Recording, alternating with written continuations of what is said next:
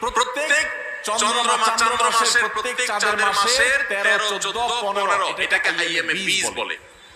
অর্থাৎ চাঁদ যখন আলোকিত থাকে, পরিপূর্ণ থাকে, ওই সময়ের রোজা 13, 14, 15 এই দিনগুলো রোজা রাখাও সুন্নাত। নবী করিম সাল্লাল্লাহু আলাইহি ওয়াসাল্লাম এই দিনগুলোতে রোজা রাখার জন্য তার প্রিয় সাহাবী আবু হুরায়রা, আবু যর গিফারি রাদিয়াল্লাহু তাআলা আনহুমা এবং আরো সাহাবীদেরকে স্পেশালি বিশেষভাবে ডেকে ওসিয়ত করেছেন যে আমি চলে গেলেও দুনিয়া থেকে এই আইয়ামে 20 এর রোজা তোমরা কখনো ছাড়বা না। ভাইরা আমার, ঘরে ঘরে এখন ব্ল্যাক ম্যাজিকের সমস্যা, কালো জাদুর সমস্যা, দুষ্ট জিনের উপদ্রব, নানা রকম সমস্যা আমাদের ঘরে ঘরে ধরা পড়ে।